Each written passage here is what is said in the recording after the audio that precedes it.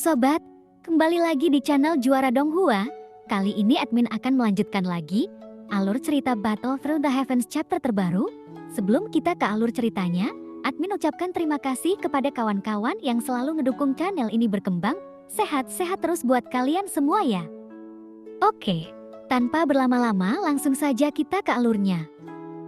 Kata-kata leluhur belang itu sangat percaya diri. Ketika menyaksikan Raja Mayat ke-6 bertarung dengan tinju Xiaoyan, lalu ada lebih banyak rasa jijik di wajahnya. Ia berkata, bahkan jika dia adalah dewa aslinya, Raja Mayatku yang ke-6 tidak takut padanya. Lalu Yan Yuan melihat Patriarch Stripe yang menatapnya. Dia segera mengangguk dengan percaya diri. Kemudian tinju Xiaoyan terguncang, membuat sosok Raja Mayat ke-6 langsung terpental. Tapi sepertinya dia tidak terluka. Kemudian Raja Mayat ke-6 yang menembak ke belakang dengan cepat menstabilkan tubuhnya, dan ia bergegas untuk menuju Xiaoyan lagi. Namun saat dia bergegas menuju Xiaoyan, telapak tangan besar itu tiba-tiba muncul dan langsung menghantam Raja Mayat ke-6 dengan keras. Segera, terdengar suara retakan terdengar dari telapak tangan, dan sepertinya ada sesuatu yang hancur. Sementara Xiaoyan membuka telapak tangannya, dia lalu menarik napas dalam-dalam, dan lalu meludahkan api yang kuat ke telapak tangannya. Api itu sebenarnya berasal dari telapak tangan Xiaoyan. Namun leluhur tidak melihat siapapun meninggalkan telapak tangan di sini. Dan sampai api Xiaoyan berangsur-angsur menghilang, di telapak tangan besar itu yang tersisa hanyalah tumpukan bubuk berwarna gelap. Itu membuat kepercayaan pada wajah leluhur belang telah hilang, dan digantikan perasaan ngeri, karena aura Raja Mayat ke-6 memang telah menghilang. Sangat disayangkan jika boneka dewa ini dibunuh. Tepat sekali, ini waktu yang tepat untuk menyingkirkan semuanya. Xiaoyan tiba-tiba bereaksi dan berkata, bukankah Ye Tian hanyalah boneka iblis yang halus? Meskipun ada beberapa perbedaan, tapi mungkin seharusnya hampir sama. Xiaoyan segera membalikkan telapak tangannya, dan dia mengeluarkan bendera penekan jiwa dan meminta Ye Tian datang ke sini. Xiaoyan tidak tahu bahwa Ye Tian telah pergi sejak berada di dunia hebat. Kamu ada di mana sekarang? Xiaoyan tidak yakin apakah itu akan terjadi. Tentu, selama Xiaoyan sedikit mengancam, pasti Ye Tian akan datang secara alami. Sekarang saya sedang sibuk. Suara Ye Tian segera terdengar dari bendera penekan jiwa. Xiaoyan tidak menyangka Ye Tian bisa berbicara dengannya melalui asal-usulnya. Xiaoyan dengan singkat menjelaskan situasinya di sini, namun Ye Tian tidak menanggapi. Meskipun Ye Tian mematuhi Xiaoyan, faktanya hal itu masih berjalan dengan caranya sendiri. Eksistensi itu bahkan membuat Yang Mulia pun tidak ditakuti. Paling-paling itu hanya akan disegel. Tidak ada cara untuk menghapusnya. Jadi tidak ada rasa takut sama sekali. Dia tidak takut pada siapapun, hanya tergantung mau atau tidak. Mereka semua adalah boneka iblis yang sudah jati. Saat ini, perang akan datang. Dan mungkin aku bisa mengumpulkan lebih banyak energi jahat untukmu.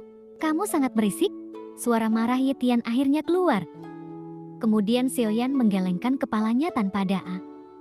Jarang sekali ada orang yang berani berbicara dengannya seperti ini saat ini. Tapi sebenarnya tidak ada yang bisa kami lakukan untuk melawan Ye Tian, meskipun itu adalah spanduk yang menekan jiwa. Dan paling-paling, Ye Tian akan dilarang melakukannya. Di sini tidak ada ancaman nyata. Dengan mudah singkirkan saja bendera yang menenangkan jiwa. Kemudian Xiaoyan baru saja melihat ke altar dan melangkah dengan telapak kakinya. Lalu bentuk tubuhnya berubah menjadi busur listrik, dan seketika muncul di samping peti mati merah. Raja Mayat yang seperti itu? Ada berapa lagi? Gumam Xiaoyan. Kemudian ia segera mengulurkan tangannya, lalu membelai ke peti mati merah. Namun yang membuat Xiaoyan menghela nafas saat ini adalah, kalau dia tidak mendekat, mungkin dia hampir tidak bisa merasakan keberadaan Klon Zukai, dan melihat kulit leluhur bergaris berwarna biru dan ungu. Kekuatan Xiaoyan melebihi imajinasinya, dan mayat raja mungkin telah berperang melawan dewa abadi. Tapi itu tidak lebih baik dari keabadian Tuhan, dan masih ada perbedaan tertentu. Saudaraku, kamu bukan anggota sekte boneka Tuhanku. Dan dengan kekuatan Xiongtai, bukankah tidak pantas bertarung dengan boneka dewa? Orang yang bukan dari suku saya. Itu membuat boneka dewa tidak berpengaruh? Saudaraku, jika kamu datang ke sini karena alasan ini, tidak perlu terlibat pertengkaran besar. Jadi, nikmatilah boneka dewa itu. Sekte boneka akan memberikannya padamu. Nenek moyang belang mengubah topik pembicaraan. Lalu dia mengangguk pada Xiaoyan, membungkuk dan menangkupkan tinjunya, lalu menangkupkan tangannya. Itu adalah sikap yang sangat berbeda dari sebelumnya. Lalu di antara percakapan itu, 5 jari Xiaoyan tiba-tiba mencubit peti mati merah itu. Lalu segera terdengar bunyi klik, karena 5 jari terjebak di peti mati. Saudaraku, tolong jangan, jika Anda menginginkan boneka dewa ini, saya dapat memberikannya kepada Anda. Saya menghabiskan banyak upaya untuk memperbaikinya, dan setelah dipelihara selama ribuan tahun, mungkin boneka dewa ini bisa menjadi dewa perang yang abadi. Leluhur belang buru-buru membujuk. Ia takut Xiaoyan akan menghancurkan peti mati merah itu. Benarkah? Xiaoyan lalu mengangkat alisnya sedikit saat mendengar ini. Itu hanya keberuntungan klan nenek moyang, Jati teruslah berlatih. Meski Xiaoyan tidak peduli, namun mencapai keabadian ilahi mungkin hanya masalah waktu. Tentu semuanya tidak pasti, tapi kira-kira segel klon leluhur di peti mati ini akan membuat kekuatannya sebanding dengan keabadian Tuhan. Itu bukan hal yang baik, dan mungkin akan ada lebih sedikit kecelakaan alam. Saudaraku, saya tidak tahu cara memurnikan boneka dewa. Saya dapat memperbaikinya atas nama saya. Saudaraku, saya akan kembali dan mengambilnya setelah 1000 tahun. Yakinlah Anda tidak akan kecewa, kata nenek moyang belang sambil tersenyum. Xiaoyan pun juga tersenyum setelah mendengar ini. Itu ide yang bagus, hanya saja jika mungkin 1000 tahun kemudian. Saya tidak tahu apakah sekte boneka Shen dapat bertahan hari ini. Lalu menghela nafas panjang. Ia kemudian berkata dengan sedikit penyesalan. Nenek moyang belang, apa yang ingin kamu lakukan? Xiaoyan tidak perlu memikirkannya, karena dia hanya menunda waktu. Dia tahu bahwa Xiaoyan tidak akan mempercayainya. Jati ini hanyalah omong kosong. Kemudian ada banyak tokoh yang bergegas masuk ke sekte boneka Shen. Setelah memasuki tempat ini, bahkan sekte boneka dewa menganggap mereka sebagai musuh. Serangan sembarangan, sama saja itu jatuh ke dalam jebakan. Di sini tidak ada pil ajaib sama sekali. Jati bunuh seseorang dengan pisau pinjaman. Ini sebenarnya adalah rencana melawan kita. Siapa orang ini? Jika tertangkap, dia akan dipotong-potong dan tidak akan bisa tinggal di sini.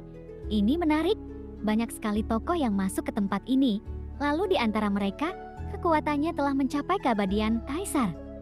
Jika tidak, aku juga tidak berani mengejarmu di sini. Saat ini semua orang bereaksi. Mereka tahu ada sesuatu yang salah. Mengapa tidak ada yang disebut ramuan ajaib di sini? Karena mungkin mereka yang bisa mencapai keabadian kaisar tentu tidak bodoh. Saya melihat banyak sosok menembak ke belakang dan ingin pergi dari sini. Namun seketika mereka terjatuh kembali setelah memasuki kehampaan.